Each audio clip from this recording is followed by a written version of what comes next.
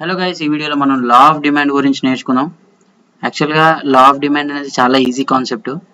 నేను మీకు అక్కడక్కడ కొన్ని టిప్స్ కూడా చెప్తాను. దీని కాన్సెప్ట్ ఏంటి, డయాగ్రామ్, దాని గ్రాఫ్ ఏంటి, నేను ఎవ్రీథింగ్ ఎక్స్ప్లెయిన్ చేస్తున్నాను అనమాట. మీకు ఈజీగా అర్థమైపోతుంది. జస్ట్ కాన్సన్ట్రేట్ చేయండి. జస్ట్ 10 to 15 మినిట్స్లో మీరు ఇది నేర్చుకుంటారు. ఇది మీకు లాంగ్ క్వశ్చన్స్కి వస్తుంది అండ్ షార్ట్ క్వశ్చన్స్లో కూడా అడుగుతారు. So let's begin.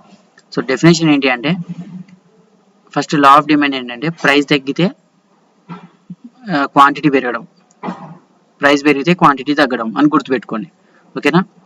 ప్రైస్ తగ్గితే క్వాంటిటీ పెరగడం. ఏంటి అంటే దీని అర్థం ఏంటంటే, సపోజ్ మనం ఒక షాప్కి పోయినాం, టొమాటోస్ ఉన్నాయి. సో టొమాటోస్ కాస్ట్ తగ్గిపోతూ ఉంటుంది అప్పుడప్పుడు సడన్గా. అంటే 50 రూపాయలు ఉన్న టొమాటో 10 రూపాయలకే వస్తుంది. అప్పుడు మనం ఏం చేస్తాం, 50 రూపాయలకు 1 కిలో కొనుక్కునేది ఇప్పుడు 10 రూపాయలకు వస్తుందని 5 కిలోలు కొనుక్కొని పెట్టుకుంటాం. అవి ఖరాబ్ అవడు తర్వాత విషయం, కానీ మనకు తక్కువకు వస్తున్నప్పుడు ఎక్కువ కొనుక్కుంటాం, ఎక్కువకు వస్తున్నప్పుడు తక్కువ కొనుక్కుంటాం. So that is called law of demand. ఓకేనా? సో లా ఆఫ్ డిమాండ్ ఏంటంటే, the law of demand states that the quantity purchased various inversely with price. అంటే మనం ఏదైతే క్వాంటిటీ కొంటామో అది ఇన్వర్స్ ఉంటుంది అనమాట ప్రైస్కి. అంటే ప్రైస్ తగ్గితే క్వాంటిటీ పెరగడం, క్వాంటిటీ తగ్గితే ప్రైస్ పెరిగితే క్వాంటిటీ తగ్గడం. సో ఇట్లా ఉంటుంది అనమాట. ఇంకా సింపుల్గా చెప్పాలంటే, in other words, the higher the price the lower the quantity demanded. అంటే ప్రైస్ ఎక్కువ ఉంటే క్వాంటిటీ తక్కువ ఉంటుందని అర్థం. సో యాక్చువల్గా మనకి ఇక్కడ ఒక గ్రాఫ్ ఉంది. గ్రాఫ్ చూస్తే మీకు అర్థమైపోతుంది. ఆల్మోస్ట్ హ్యూమన్ మైండ్ సెటే అంత. ఎక్కడైనా సరే మనం ఏదైనా తక్కువలో దొరుకుతుందంటే ఎక్కువ కొంటాం, అంటే ఎక్కువ దొరుకుతుందంటే తక్కువ కొంటాం. సపోజ్ ఇక్కడ గ్రాఫ్ చూడండి, వై యాక్సిస్లో మనకి ప్రైస్ అనేది మెన్షన్ చేసినాం. అంటే ప్రైస్ ఏమవుతుంది, ఇక్కడ P3 అనేది తక్కువ ప్రైస్, P2 అనేది కొంచెం ఎక్కువ ప్రైస్, P1 అనేది చాలా ఎక్కువ ప్రైస్. అవునా? సో ప్రైస్ ఎక్కువ ఉన్నప్పుడు ఏమవుతుంది, ఇక్కడ క్వాంటిటీ ఎక్స్ యాక్సిస్లో మనకి క్వాంటిటీస్ ఉన్నాయి, Q1, Q2, Q3 అని. అవునా? సో ఇప్పుడు ప్రైస్ ఇక్కడ ఉన్నప్పుడు, ప్రైస్ P1 దగ్గర ఉన్నప్పుడు క్వాంటిటీ అనేది Q1 దగ్గర ఉంది. అంటే ప్రైస్ ఎక్కువ ఉన్నప్పుడు క్వాంటిటీ తక్కువ కొంటున్నారు. అదే P2 దగ్గర ఉన్నప్పుడు ఇక్కడ Q2 దగ్గర ఉంది. అంటే మీడియం, అటు ప్రైస్ మీడియం ఉంది, ఇటు క్వాంటిటీ కూడా మీడియం పర్చేజ్ చేస్తున్నారు. అయితే ఇక్కడ ప్రైస్ మొత్తానికే తగ్గిపోయింది P3 దగ్గర. అప్పుడు క్వాంటిటీ అనేది బాగా పర్చేసింగ్ అనేది ఎక్కువ అయిపోయింది అనమాట. సో ఈ గ్రాఫ్ని మనం కూడా డ్రా చేయాలన్నమాట. ఎగ్జామ్లో డ్రా చేస్తే ఏంటి అంటే, మన ఎగ్జామినర్కి ఒక మంచి ఇంప్రెషన్ వస్తుంది అనమాట. వాట్ ఈస్ కాన్సెప్ట్ అనేది మీకు అర్థమైందనే విషయం ఆయనకు తెలుస్తుంది. సో మీరు ట్రై టు, అర్థమైందని అనుకుంటున్నాను, ఈజీగానే ఉంది అనుకుంటున్నాను. సో మీరు ఏం చేయాలంటే, ఇట్లా ఒక కర్వ్ అనేది డ్రా చేయాలి. ఈ లైన్ నుంచి చూసినారా, ఈ లైన్ అనేది డ్రా చేయాలి ఇక్కడ. సో ఈ పాయింట్స్ అన్నిటిని టచ్ చేస్తూ ఒక లైన్ అనేది డ్రా చేయాలి. సారీ, ఇది క్రాస్లో వచ్చింది. మీరు ఇక్కడ as it is black line చూపించిన కదా, ఆ లైన్ అనేది డ్రా చేయాలి. ఓకేనా?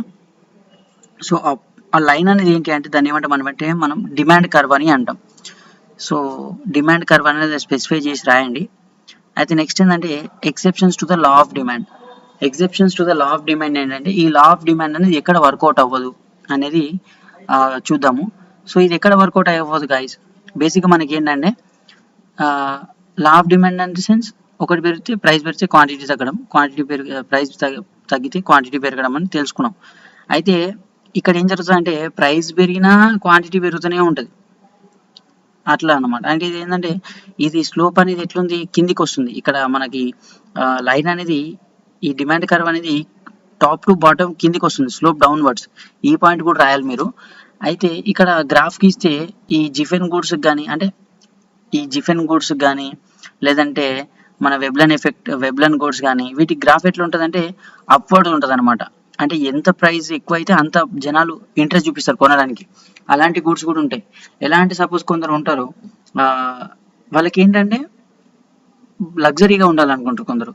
కొందరు ఎట్లా అంటే కొంచెం కాస్ట్లీ గూడ్స్ కొనాలనుకుంటారు.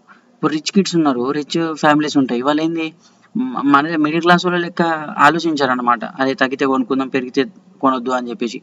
వాళ్ళు ఎంత ప్రైస్ పెరిగితే అంత ఎక్కువ కొంటూ ఉంటారు అనమాట. వీటికి వాల్యూ ఎక్కువ ఇస్తారు, అందుకని మనం కూడా వాళ్ళకి వాల్యూ ఎక్కువ ఇస్తాం. ఓకేనా? సో అట్లా ఉంటుంది అనమాట. So జిఫెన్ goods violate the law of demand because the price of these goods increases with the increase in the quantity demanded. Suppose ఒక ఎగ్జాంపుల్ చెప్తాను మీకు. ఇప్పుడు ఐఫోన్ ఉంది. ఐఫోన్ చూడగానే మనం కొంత దగ్గర అబ్బా అంటాం. అంటే ఈ రోజులలో కామన్ అయిపోయింది ఐఫోన్. కానీ once upon a time we feel like person is so rich we feel అనుకుంటాం. సో అలా వాల్యూ ఉన్న గూడ్స్కి ఇంకా ఎంత ప్రైస్ పెట్టినా కొంటూనే ఉంటాం అనమాట.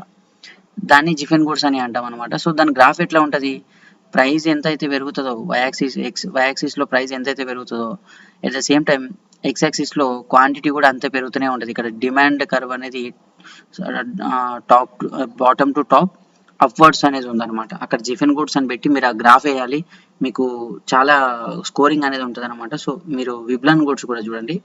ఇంకొక ఎగ్జాంపుల్ విబ్లన్ గూడ్స్ ఏంటంటే కొన్ని లగ్జరీ గూడ్స్, ఓకేనా. సో దానికి దీనికి డిఫరెన్స్ ఏందని అడగద్దు. దీనికి డిఫరెన్స్ ఏంటి అంటే లగ్జరీ గూడ్స్ అనే కాదు, జస్ట్ ఏదైనా సరే ప్రైస్ పెరిగిన కొద్ది. ఇప్పుడు క్రాక్స్ ఉన్నాయి, రీసెంట్గా మనం క్రాక్స్ షూస్, క్రాక్స్ అనేవి డిఫరెంట్ మోడల్స్ ఉన్నాయి. క్రాక్స్ అనేవి ఇంతకుముందు అంత రేట్ ఉండకపోతుండే, ఈవెన్ దో ఉన్నా కానీ ఇప్పుడు చాలా పెరిగిపోయింది దాని రేటు. అంటే జనాలు వాడకం పెరిగిపోయింది కాబట్టి క్వాంటిటీ ఎక్కువ పర్చేజ్ చేస్తున్నారు కాబట్టి ఆ ప్రైస్ కూడా పెంచేసారు అనమాట. బట్ ఇవేంటంటే లగ్జరీ గూడ్స్ని మనం వెబ్లన్ గూడ్స్ లాగా కన్సిడర్ చేస్తాం అనమాట. So that indicates the economic and social status of the owner. అంటే ఆయన చూసుకుని ఇప్పుడు రోల్స్ రాయ్స్ ఉంది, మీరు రోల్స్ రాయ్స్ అనేది దాని మ్యానుఫ్యాక్చరింగ్ ఎంత అవుతుందో తెలియదు, కానీ దాన్ని కొనాలంటే కార్ని దాదాపు ఒక 6 కోట్లు పెడితే కానీ కార్ రాదు, అవునా. 6 కోట్ల పైనే ఉంటుంది. మనమేం ఆలోచిస్తాం, ఆల్టో కొందామని ఆలోచిస్తాం. సో మనకి రిచ్ పీపుల్కి ఉన్న డిఫరెన్స్ అది. అంటే వాళ్ళ ఎకనామిక్ స్టేటస్ చూపించుకుందామని తీసుకుంటారు అనమాట. ప్రైస్ ఎంత ఉన్నా పర్లేదు, వాళ్ళకి ప్రైస్ పెరుగుతుంది, అంటే మనకి డిమాండ్ కూడా అంతే ఉంటుంది అనమాట ఆ వస్తువులకి. So there for the consumer are willing to consume Veblen goods even more than the actual price increases. Some examples of Veblen goods includes luxury cars, expensive wine and designer clothes. Suppose luxury cars అనేటివి నేను చెప్పినా కదా, they just a minute guys.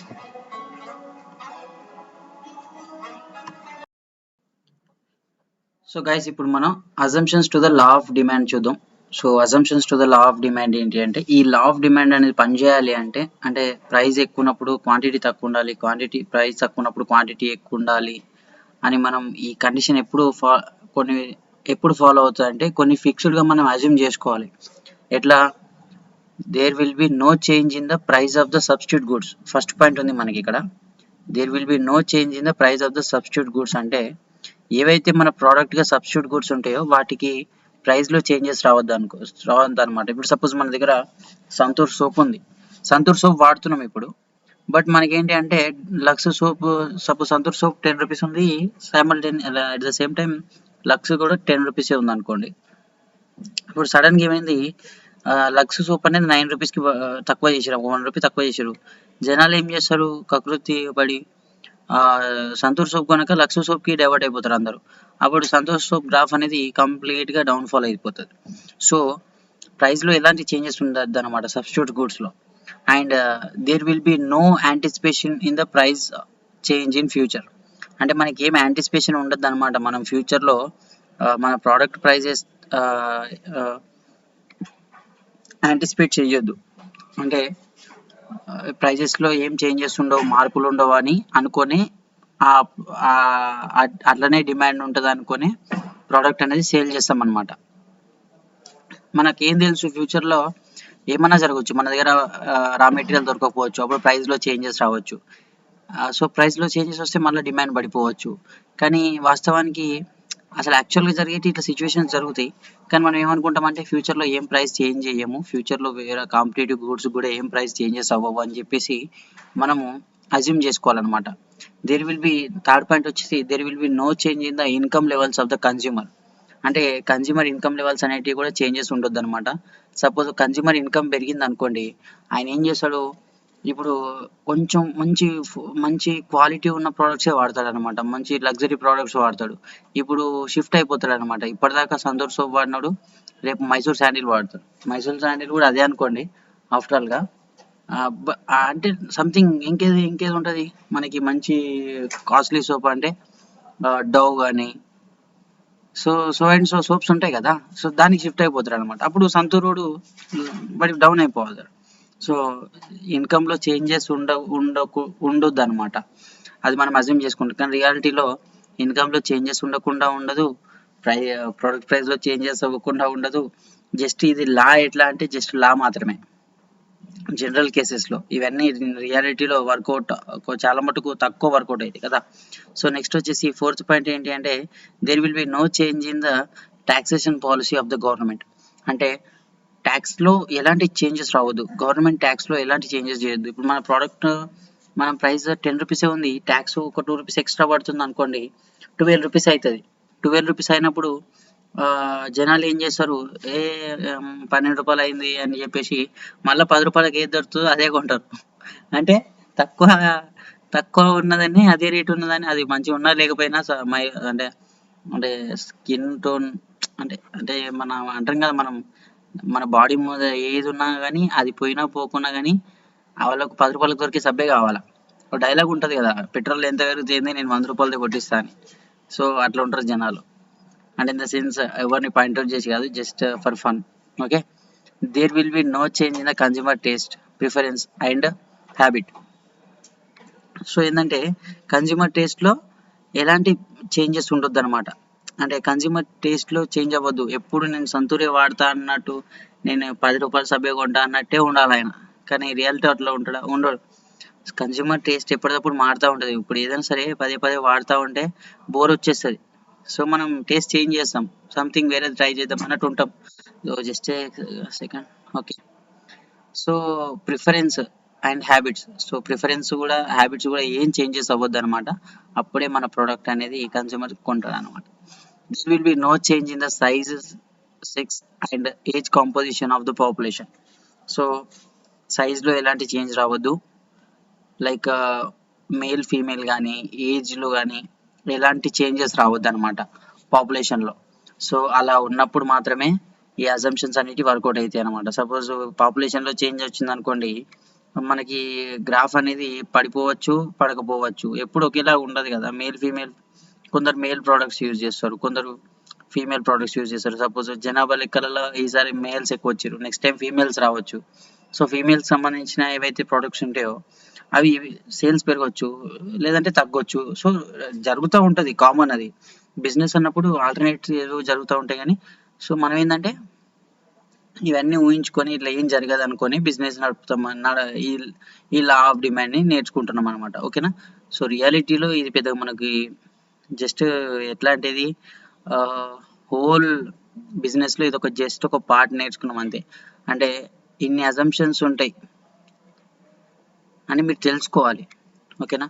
So guys, నేను ఓవరాల్గా మీకు లా of demand, assumptions and remaining things కూడా నేను like వెబ్లన్ goods అంటే ఏంటి, జిఫిన్ గూడ్స్ అంటే ఏంటి, లైక్ ఎగ్జెప్షన్స్ ఏమున్నాయి, గ్రాఫ్స్ ఏముంది, డీటెయిల్గా ఎక్స్ప్లెయిన్ చేసిన. అండ్ మీకు ఈ పీడిఎఫ్ కూడా మీకు I try to provide in Telegram channel. ఆ టెలిగ్రామ్ ఛానల్ లింక్ కూడా నేను కింద డిస్క్రిప్షన్లో ఇస్తాను. సో మీరు ఆ పీడిఎఫ్ చదువుకోండి హ్యాపీగా. So guys, thank you, bye bye. And one more thing, వెళ్ళే ముందు ఛానల్ని సబ్స్క్రైబ్ కూడా చేసుకోండి, లైక్ చేయండి, షేర్ చేయండి with your friends also. And నన్ను ఎక్స్ప్లెనేషన్ నచ్చితే నైస్ ఎక్స్ప్లెనేషన్ అని లైక్ మీరు నాకేమన్నా అప్రిసియేషన్ కానీ ఇవ్వాలనుకుంటే కింద కామెంట్లో తెలియజేయండి. అట్లా అంతేగాని బ్యాడ్ కామెంట్లు పెట్టి బాధ పెట్టకండి. So thank you, bye bye.